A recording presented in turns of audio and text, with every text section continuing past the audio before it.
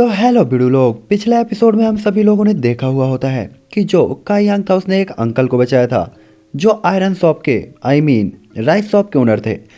साथ ही यहाँ पे जो उनकी मम्मी थी वो तो काई यांग की शादी लड़की से करना चाहती थी, जिसके बाद हमने देखा था कि वो बोरी वोरी लेकर बाहर आ गया था। एपिसोड ये वाला जस्ट वहीं से स्टार्ट होता है जहाँ पे हम देखते हैं कि काई यांग जैसे ही निकलता है तो रात हो चुकी होती है और काई यांग सीधा ही अपनी झोपड़पट्टी की तरफ पहुँच गया होता है। यहाँ पहुँचते ही काई यांग सीधा ही यहाँ कल्टीवेशन का मूड बनाता है कि वो कल्टीवेट करेगा। तो पहले तो अपना चेहरा वगैरह साफ करने के बाद काई यांग सीधा ही पालथी मार के बैठ जाता है और कल्टीवेट करते हुए एक थॉट के साथ उस बुक को बाहर निकालता है।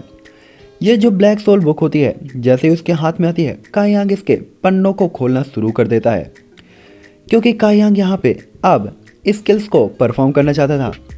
काई यांग की जो पावर थी वो 4 स्टार तक पहुंच गई थी, इसीलिए वो अब नेक्स्ट पेज को भी एक्सेस कर सकता था जहां पे उससे मिलता है एक कुलड्रोन। ये जो कुलड्रोन होता है काफ़ी स्ट्रांग होता है, लेकिन काई यांग को पता चलता है इससे इन्फॉर्मेशन में कि इस कुलड्रोन के अंदर तो कोई भी एबिलिटी नहीं है, बट अगर वो इसके अंदर कुछ हर्ब्स का यूज़ करे तो वो इसकी स्ट्रांग पावर को यूज़ कर पाएगा जो उसके कल्टीवेशन में मदद करेगी, जैसे कुछ पिल्स। लेकिन काई यांग को जो पिल्स के बारे में पता चला था वो काफ़ी रेयर थी और उनके इंग्रेडिएंट भी रेयर थे, जैसे कि उनके लिए ज़रूरी था उसे डेड ग्रास चाहिए थी, 3 लीफ ऑफ डिस्ट्रक्शन चाहिए था, साथ ही साथ कैयोस स्पिरिट फ्लावर की भी उसे ज़रूरत थी। ये सभी ऐसी चीज़ें थी जिसके बारे में काई यांग ने कभी सुना ही नहीं था। वो इसकी और इन्फॉर्मेशन को गैदर करता है और उस बुक से पूछता है कि मुझे ये सब किस लिए चाहिए, जहाँ पे हम देखते हैं कि उस बुक से काई यांग को और इन्फॉर्मेशन मिलती है कि ये उसके नेक्स्ट पावर लेवल को बढ़ाने के लिए यूज़फुल होगी, जहाँ पे वो इस पिल का यूज़ करके अपना कल्टीवेशन और फास्ट कर सकता है और उसकी स्पीड को भी इंक्रीज़ कर सकता है। जो देखकर काई यांग कहता है मैं कल एल्डर मिंग से मिलकर इसके बारे में पूछूंगा कि क्या उनके पास कोई इंग्रेडिएंट है। अगर उनके पास इस पिल से रिलेटेड कोई इंग्रेडिएंट हुआ तो मैं उनसे इन चीज़ों को ज़रूर ले लूँगा। जो कहकर काई यांग एक चीज़ तो समझ गया होता है कि ये जो कुलड्रोन है ये उसके बहुत काम आने वाला है। हालांकि उसके लिए उसे इंग्रेडिएंट की ज़रूरत होगी, बट जब तक उसके पास पर्याप्त इंग्रेडिएंट हैं इससे पिल बनाकर वो अपनी पावर को जल्द से जल्द इन्हेंस कर पाएगा। इसीलिए काई यांग काफ़ी खुश था, क्योंकि ये भी तो एक रेयर ही चीज़ थी जो उसने अपनी लाइफ में फर्स्ट टाइम महसूस की थी। जिसके बाद काई यांग और भी अदर चीज़ों को रीड करने के बाद बुक को रख लेता है, क्योंकि उसे जो इन्फॉर्मेशन चाहिए थी मिल गई होती है। जिसके बाद वो वापस से सिटी में आता है और कॉन्ट्रीब्यूशन हॉल की तरफ चला जाता है जहाँ एल्डर मिंग सो रहे होते हैं। तो वो तुरंत ही कहते हैं बच्चे क्या तुम्हें अपने कॉन्ट्रीब्यूशन पॉइंट से कुछ एक्सचेंज करना है। जो देखकर काई यांग तुरंत ही कहता है नहीं, मुझे कुछ एक्सचेंज नहीं करना, मुझे बस 2 चीज़ों के बारे में इंफॉर्मेशन चाहिए कि ये कैयोस स्पिरिट फ्लावर और 3 लीफ ऑफ डिस्ट्रैक्शन मुझे कहाँ पे मिल सकती हैं, साथ ही डेड जेड ट्री की ग्रास, क्या आप मुझे बता सकते हैं इनके बारे में। लेकिन यहाँ पे हम देखते हैं कि एल्डर मिंग जो होते हैं वो सोने में बिजी होते हैं और यहाँ पे काई यांग की बात पे ज़्यादा ध्यान नहीं देते, बल्कि वो उसे एक बुक पकड़ा देते हैं कि तुम खुद ही रीड कर लो। तो काई यांग उस बुक की तरफ देखता है जिसमें इन चीज़ों के बारे में वो इन्फॉर्मेशन को रीड करता है। उसे एक एक करके यहाँ पे उन इंग्रेडिएंट के बारे में इंफॉर्मेशन मिलती है, जहाँ पे काई यांग को पता चलता है कि ये जो इंग्रेडिएंट है इनमें से काफ़ी सारे तो पॉइजनस हैं, तो वो इन पॉइजनस इंग्रेडिएंट को कैसे इकट्ठा करेगा। हालांकि उसने एल्डर मिंग से पूछा हुआ होता है, तो एल्डर मिंग कहते हैं हालांकि इंग्रेडिएंट तो पॉइजनस होते हैं, लेकिन वो सभी आपकी पावर लेवल और कल्टीवेशन पर डिपेंड करते हैं। काफ़ी सारे इंग्रेडिएंट ऐसे होते हैं जो पॉइजनस हैं, बट वो आपकी पावर बढ़ाने के लिए यूज़फुल होते हैं। जब उन्हें रिफाइन किया जाता है तो उनका वो पॉइजन आपके एट्रीब्यूट के साथ चेंज हो जाता है और आपकी पावर बढ़ाने के लिए वर्क करता है। जिसके बाद एल्डर मिंग जो यान को और काई यांग को और भी अदर चीज़ें बताते हैं कि ये ऐसे वर्क करता है और इसकी पावर ऐसे यूज़ होती है, ये इंग्रेडिएंट यहाँ मिल सकते हैं। तभी काई यांग कहता है आप मुझे बताइए कि मुझे वो इंग्रेडिएंट कहाँ मिलेंगे। जो देखकर एल्डर मिंग कहते हैं तुम चाहो तो मुझसे खरीद सकते हो, लेकिन तुम तो काफ़ी गरीब हो, इसलिए तुम ब्लैक माउंटेन में जा सकते हो। ब्लैक बीस्ट माउंटेन में तुम्हें ये इंग्रेडिएंट मिल जाएंगे। हालांकि ये काफ़ी रेयर होते हैं, तो मुझे नहीं लगता कि तुम इन्हें आसानी से ढूंढ पाओगे, और वो जगह खतरनाक भी होती है जहाँ ये इंग्रेडिएंट मिलते हैं। तो क्या तुम वहाँ जाना चाहोगे। जो देखकर काई यांग कहता है बिल्कुल, मैं वहाँ पे तो बिल्कुल जाना चाहूँगा, क्योंकि मुझे इंग्रेडिएंट हर कीमत पर चाहिए। जो देखकर एल्डर मिंग तुरंत ही कहते ठीक है, वैसे मैं भी जा रहा हूँ, मेरे हॉल में सामानों की कमी है, तो क्या तुम मेरे लिए कुछ इंग्रेडिएंट ला पाओगे। जो देखकर काई यांग कहता है बिल्कुल, आप मुझे वो इंग्रेडिएंट बता सकते हैं।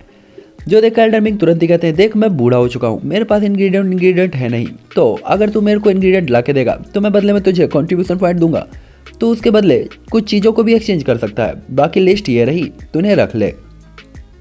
और ऐसा कहने के बाद वो जो काई यांग होता है उसे इन इंग्रेडिएंट के बारे में बता देते हैं, और ये बुक भी वो उसे देते हैं कि भाई तू इसे रख ले ताकि तू इन इंग्रेडिएंट को पहचान पाए। देन हमने देखा हुआ होता है काई यांग तुरंत ही कहता है, ठीक है फिर मैं आपके लिए वो इंग्रेडिएंट ढूंढ लाऊंगा, आपके मार्गदर्शन के लिए बहुत धन्यवाद, क्योंकि आपने मुझे उस जगह के बारे में बताया जहाँ ये इंग्रेडिएंट मिल सकते हैं। जो देखकर एल्डर मिंग तुरंत ही कहते हैं, ठीक है लेकिन टाइम से वापस लौट आना, और ज़्यादा दिनों तक बाहर रहने की कोई ज़रूरत नहीं है, क्योंकि अभी भी तुम्हारे बारे में लोग परेशान हो, मुझे ये पसंद नहीं। हालांकि तुम्हें जो चीज़ें चाहिए मैं तुम्हें प्रोवाइड करा सकता था, लेकिन क्योंकि तुम्हारे पास पर्याप्त कंट्रीब्यूशन पॉइंट नहीं है, मैं चाहूँ तो भी तुम्हारी मदद नहीं कर सकता। हालांकि मेरे पास कुछ और भी अदर इंग्रेडिएंट डले हुए हैं, अगर तुम्हें उनकी ज़रूरत हो तो तुम उन्हें यहाँ से ले जा सकते हो। अभी के लिए मैं क्लेन के मामलों से जाकर सीधा पैट्रियार्च से मिलने वाला हूँ, तो मुझे यहाँ पे लौटने में 4 दिन लगेंगे। मुझे उम्मीद है कि तुम इन दिनों के दौरान मेरे दिए गए इंग्रेडिएंट को ढूंढकर वापस यहाँ पर लौट आओगे। जो देखकर काई यांग तुरंत ही कहता, बिल्कुल मैं पूरी कोशिश करूँगा और आपको मेरी चिंता करने की ज़रूरत नहीं है, क्योंकि काई यांग तो यहाँ फुल कॉन्फिडेंट था कि उस गोल्डन स्केलेटन को ऑब्जर्व करने के बाद उसकी पावर इनहेंस हो चुकी है और वो अब किसी भी मुद्दे में आसानी से निपट लेगा। जिसके बाद हम देखते हैं कि काई यांग यहाँ से यानी कि कंट्रीब्यूशन हॉल से चला जाता है और सिटी में आ जाता है। सिटी में नहीं, वो आ जाता है सीधा ही ब्लैक माउंटेन, वहाँ की तरफ वो अपनी जर्नी को स्टार्ट कर देता है, क्योंकि उसे अभी जल्द से जल्द सारे ही इंग्रेडिएंट कलेक्ट करने थे यहाँ पे जो एल्डर ने बताए होते हैं। तभी काई यांग इस फॉरेस्ट में तरह तरह के इंग्रेडिएंट को ढूंढ रहा होता है और उन सभी इंग्रेडिएंट को यहाँ पे कलेक्ट भी कर रहा होता है। काई यांग तुरंत ही कहता है, उस खूसट बुड्ढे ने मुझे इतने सारे इंग्रेडिएंट लाने के लिए कह दिया, मैं इन इंग्रेडिएंट्स को कहाँ तक ढूंढूंगा, साथ ही साथ ये बावले इंग्रेडिएंट मुझे ढूंढने पे भी नहीं मिल रहे। हालांकि ये आखिरी इंग्रेडिएंट था जो कि मुझे मिल गया, अब मैं अपने इंग्रेडिएंट्स की तलाश में जा सकता हूँ, मुझे बेकार में परेशान नहीं होना होगा। मैं सच में बोर हो गया हूँ इन बेकार के इंग्रेडिएंट्स को कलेक्ट करते हुए, बट मुझे इनके बदले कंट्रीब्यूशन पॉइंट भी तो मिलने वाले हैं।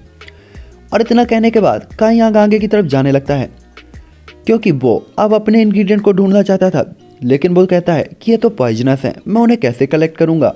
हालांकि उसके दिमाग में काफ़ी सारे थॉट आते हुए वो आगे की तरफ बढ़ ही रहा था कि तभी हम देखते हैं कि काई यांग को एक आवाज़ सुनाई देती है कि बच्चे रास्ते से हट जाओ, वहाँ पे एक बीस्ट आ रहा है। जैसे ही काई यांग ये आवाज़ सुनता है वो देखता है कि एक सुअर उसकी तरफ दौड़ रहा था, तो काई यांग तुरंत ही उछलते हुए वहाँ उस सुअर से बचता है, क्योंकि ये जो सुअर था अंधा बिल्कुल भाग रहा था, इसके खोपड़े के झोपड़े में 2-3 तीर भी घुसे हुए होते हैं।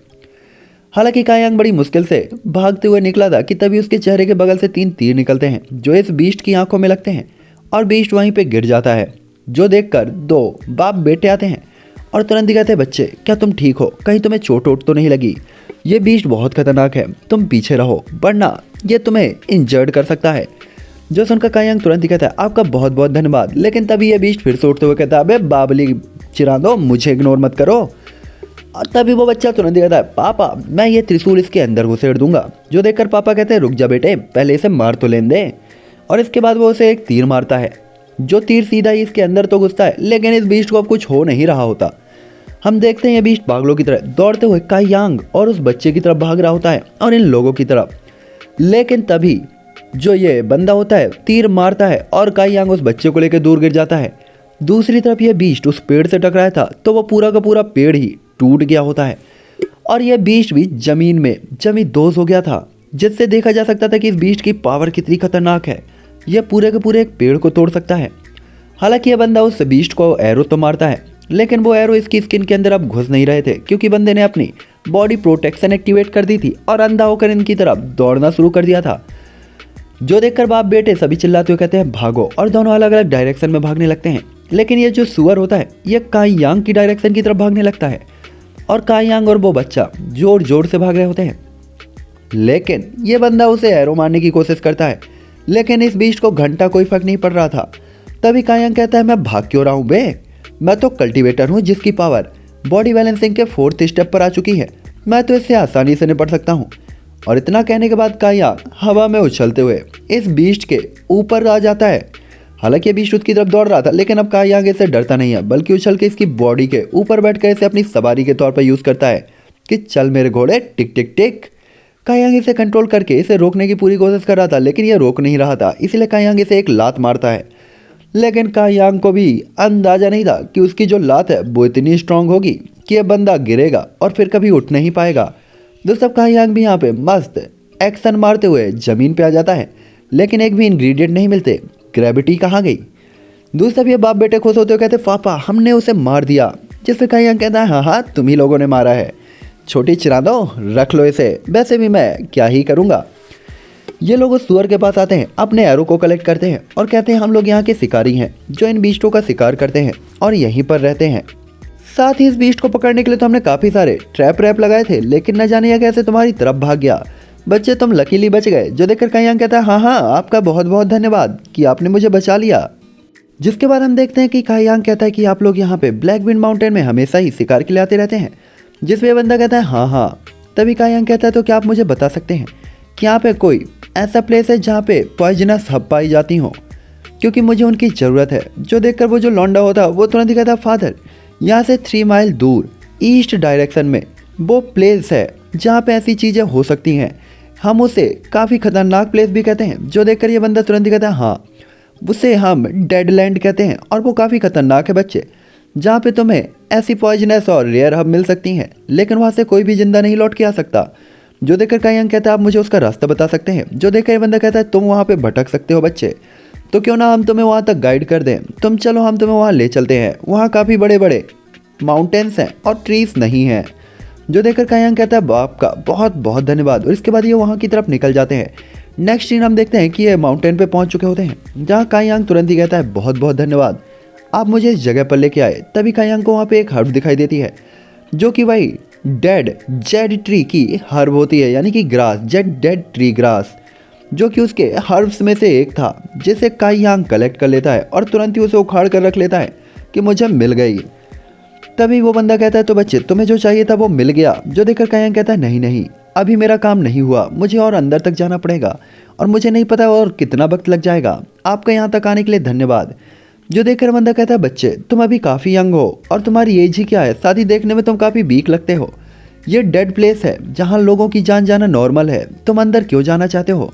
जो देखकर काई यांग तुरंत ही कहता है आप मेरी चिंता मत करिए, आपकी चिंता के लिए बहुत बहुत धन्यवाद, लेकिन मुझे अभी भी अपना काम पूरा करना ही होगा क्योंकि ये मेरे लिए बहुत ज़रूरी है। जो देखकर बंदे कहते ठीक है तो आज रात तुम यहाँ हमारे साथ स्टे कर लो, कल चलेंगे और हम वो साथ में ढूंढेंगे। जिसके बाद काई यांग आज रात स्टे करता है और नेक्स्ट मॉर्निंग जब वो उठता है तो वो देखता है कि यहाँ उसके वो दोनों लोग थे नहीं, इसलिए काई यांग वहीं नज़दीक पे एक चट्टान में बैठ के अपने कल्टीवेशन के साथ पावर को रिकवर करने लगता है और आसपास के एरिया में अपनी पावर को प्रैक्टिस करता है, जो कि फिश टेक्निक या कल्टीवेशन टेक्निक उसने सीखी थी।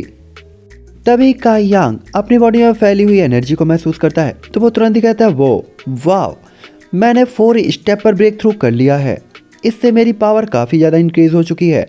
मुझे लगा कि पूरी तरीके से 4 स्टेप पे ब्रेक थ्रू करने में अभी काफ़ी टाइम लगेगा, लेकिन ये तो काफ़ी जल्दी आ गया। जिसके बाद काई यांग कुछ मूव्स को ट्राई करता है और पावर देखकर वो काफ़ी खुश होता है कि ये तो काफ़ी स्ट्रॉन्ग पावर है, जिससे काई यांग का दिल तो गार्डन हो चुका था। वो अपनी बॉडी में एक स्ट्रॉन्ग एनर्जी और इंटेंट महसूस कर पा रहा था, जिससे अब उसे अपने क्लेन के अंदर जाने में भी कोई प्रॉब्लम नहीं होगी। काई यांग अपनी बॉडी को भी महसूस करता है जो कि काफ़ी रिलैक्स होती है और काफ़ी हल्की महसूस हो रही होती है। जिसके बाद काई यांग कहता है अगर मैं जल्द से जल्द वो हब ढूंढ कर ब्रेक थ्रू कर लूँ तो मैं इनर डिसाइबल भी बन सकता हूँ और क्लेन के अंदर वापस बुलाया जा सकता हूँ। हालांकि काई यांग अभी ये सोच ही रहा था कि तभी उसे उन बच्चे और बाप के चिल्लाने की आवाज़ आती है, जो सुनकर काई यांग थोड़ा सा हैरान हो जाता है कि आखिरकार ये लोग कहाँ से चिल्ला रहे हैं और वो उनकी मदद के लिए तुरंत ही उस डायरेक्शन की तरफ भागता है और एपिसोड भी यहीं एंड हो जाता है। तो मिलेंगे नेक्स्ट एपिसोड पे। बाय बाय वीडियो लोग।